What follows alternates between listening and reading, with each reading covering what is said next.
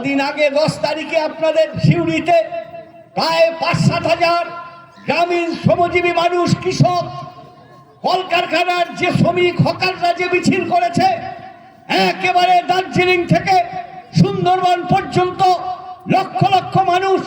2 মাস হলো, 3 মাস হলো এই সরকার এসছে, কিন্তু গরিব মানুষ যেভাবে তেজ দিয়ে পশ্চিমবাংলায় জেল ভরো আন্দোলন করেছে, সে লড়াই চালু রাখতে হবে। লড়াই ছাড়া আমরা বাঁচব না। লড়াই হলো পথ। আমাদের ওরা গাড্ডায় নিয়ে যাবে, হিন্দু মুসলমানের গাড্ডায় নিয়ে যাবে, ওরা আজকে পোতবাগদির গাড্ডায় নিয়ে যাবে, ওরা আজকের ওবিসির সঙ্গে অন্য সম্প্রদায়ের বাদিয়ে দেবে। ওই গাড্ডা থেকে আমাদের বেরোতে হবে। ওরা আমাদের ছোট মাঠে খেলাবে, হিন্দু মুসলমানে খেলাবে। আমরা বলবো আমরা মজুরি চাই, আমরা ইজ্জত চাই, আমরা সম্মান চাই, আমরা বেঁচে থাকতে চাই।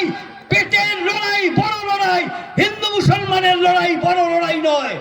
ওরা চাইবে ছোট মাঠে আমাদের ঢুকিয়ে দিতে, আমাদের বড় মাঠে খেলতে হবে। সে বড় মাঠের খেলা মানে হলো বেঁচে থাকার লড়াই, টিকে থাকার লড়াই, দেশটাকে এগিয়ে নিয়ে যাওয়ার লড়াই, গরিবকে ক্ষমতায়, তাকে ক্ষমতায়ন করার লড়াই। সেই লড়াই কমরেডরা করেছেন।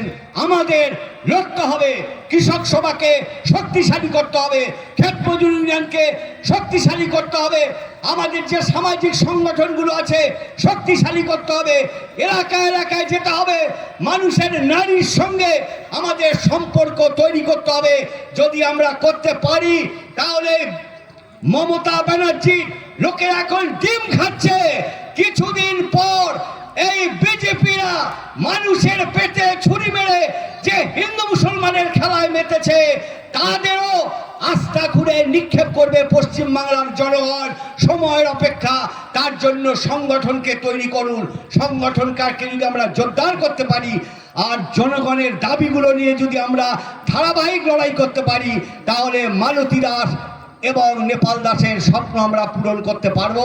ওনাদের আরেকবার শ্রদ্ধা সম্মান জানিয়ে, আপনারা কষ্ট করে এই আবহাওয়ায় যেভাবে শত শত লোক এখানে হাজির হয়েছেন, আপনাদের সবাইকে শুভেচ্ছা জানিয়ে আমার বক্তব্য শেষ করলাম। ইনকলাব জিন্দাবাদ।